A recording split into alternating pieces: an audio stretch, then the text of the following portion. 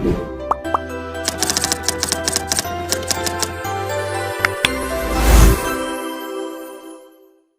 بات کا اہتمام تو کیا جاتا ہے کہ جانور کا جو رخ ہے وہ قبلے کی طرف کر دیتے ہیں، اس کا اہتمام ہر جگہ نظر آتا ہے تقریباً،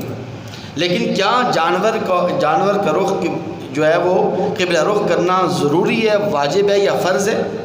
اور دوسری بات یہ کہ جو ذبح کرنے والا ہے، جو جانور ذبح کرنے والا ہے،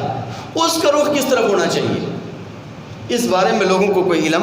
نہیں ہے اور نہ لوگ اس کا اہتمام کرتے ہیں۔ تو یاد رکھیں کہ جس طرح جانور کا رخ قبلہ رخ کرنا ضروری ہے اور جانور کا جو رخ ہے وہ قبلے کی طرف ہونا ضروری ہے، اسی طرح جو جانور ذبح کرنے والا ہے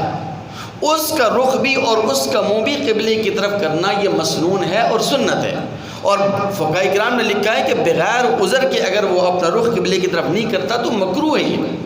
تو اس لیے جہاں جانور کو قبلہ رخ کیا جاتا ہے تو وہاں جو ذبح کرنے والا ہے اس کا رخ بھی قبلے کی طرف ہونا چاہیے۔ اچھا، بسا اوقات ایسا ہوتا ہے کہ جانور کا رخ قبلے کی طرف کرنا یہ ممکن نہیں ہوتا، یعنی وہ جانور بہت مست ہوتا ہے، وہ جانور بڑا طاقتور ہوتا ہے، کئی افراد مل کر اس کو قابو کرنے کی کوشش کرتے ہیں، لیکن وہ جانور اتنا کھرانٹ ہے، وہ جانور اتنا مست ہے، اتنا طاقتور ہے کہ وہ کسی کے قابو میں نہیں آ رہا۔ تو بہرحال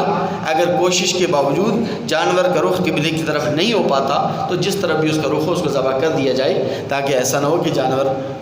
جو ہے نا وہ اس میں کوئی عیب پیدا نہ ہو جائے۔ اور اب جانور کا جو رخ ہے وہ قبلے کی طرف کس طرح کیا جائے؟ تو جانور کا رخ قبلے کی طرف کرنے کا بڑا آسان طریقہ ہے، جس طرح آپ میت کو قبر کے اندر رکھتے ہیں اور اس کا وہ قبلہ رخ کرتے ہیں، تو اسی طرح جانور کو بھی اسی انداز سے قبلہ رخ کرنا چاہیے۔ یعنی جانور کو آپ دائیں کروٹ پر لٹائیں اور